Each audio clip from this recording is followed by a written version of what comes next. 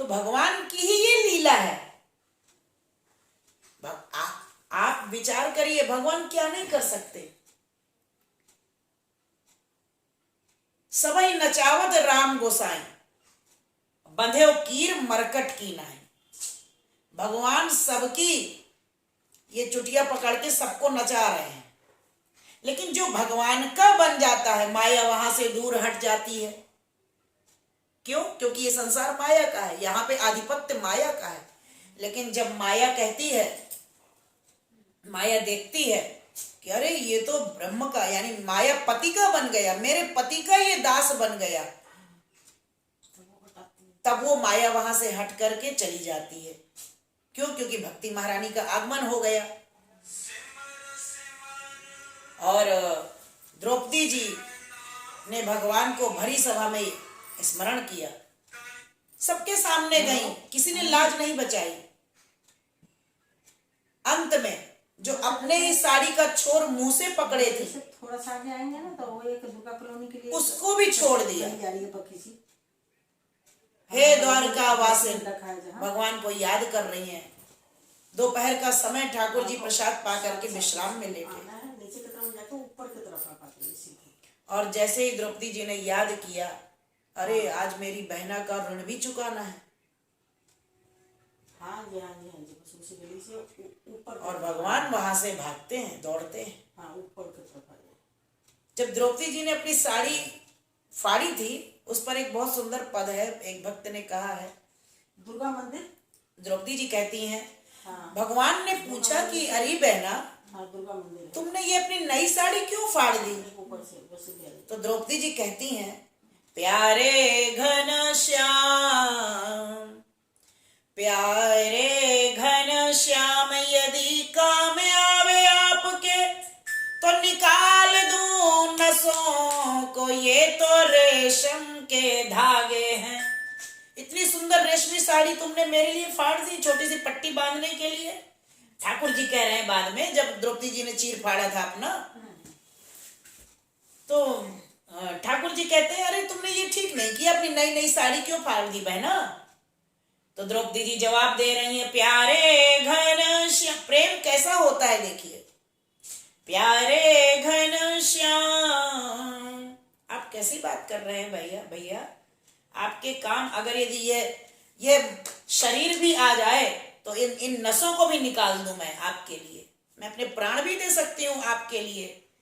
आप तो एक सामान्य साड़ी की बात कर रहे हैं। अच्छा, रेशमी साड़ी अगर यदि फाड़ो ना तो उसके कुछ धागे अंदर ही रह जाते हैं, ठीक से फटती नहीं है। जिस प्रकार से सूती साड़ी फट जाती है, वो खींचातानी मचती है। तो आपस में बातचीत कर रहे हैं और द्रौपदी जी कह रही हैं कि प्यारे घन श्याम, यदि काम आवे आपके, निकाल दूं नसों को, ये तो रेशम के धागे। और अंत में कहती हैं, ये धागे भी अभागे जो आगे बढ़े नहीं, अभागे उन्हीं के जागे हैं जो उंगली पे लागे हैं। जो फट गए और आपकी उंगली में जाके लग चुके, उन्हीं के भाग्य जग गए भैया। लेकिन जो वहीं का वहीं रह गए, वो तो दुर्भाग्य है उसका। अर्थात उस जीव का दुर्भाग्य है कि मनुष्य का शरीर पा करके भी हम भगवान को नहीं पा सके, हम भगवान का स्मरण नहीं कर सके, हम ठाकुर के नहीं बन सके। यह हमारा दुर्भाग्य है। और यदि हम ठाकुर के श्री चरणों में लग गए, यदि ठाकुर की भक्ति में भगवान को पाना ही मनुष्य का सबसे बड़ा परम धर्म है। मनुष्य का शरीर मात्र इसीलिए मिला। गोस्वामी जी ने मानस जी में कहा भी है, उत्तरकांड में, बड़े भाग मानुष तनु पावा, सुर दुर्लभ सब ग्रंथ निगावा। 84 लाख योनियों के बाद यह मनुष्य का शरीर मिला है। साधन धाम मोक्ष कर द्वारा, पाई न जे परलोक समारा। यदि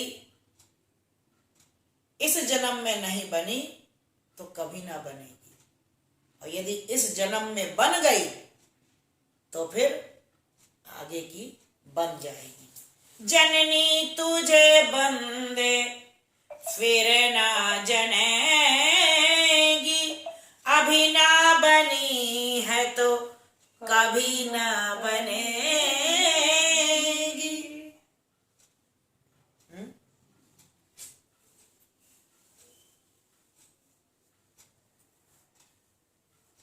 इस जगत में दो ही चीजें दुर्लभ है, एक सत्संग ठाकुर जी का, और दूसरा भगवान नाम जप, भगवान की कथा, भगवान का भजन।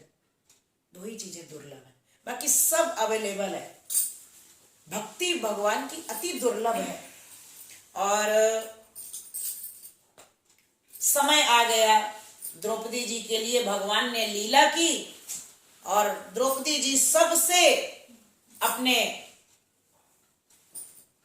लिए सबके सामने अपना आंचल फैला रही है।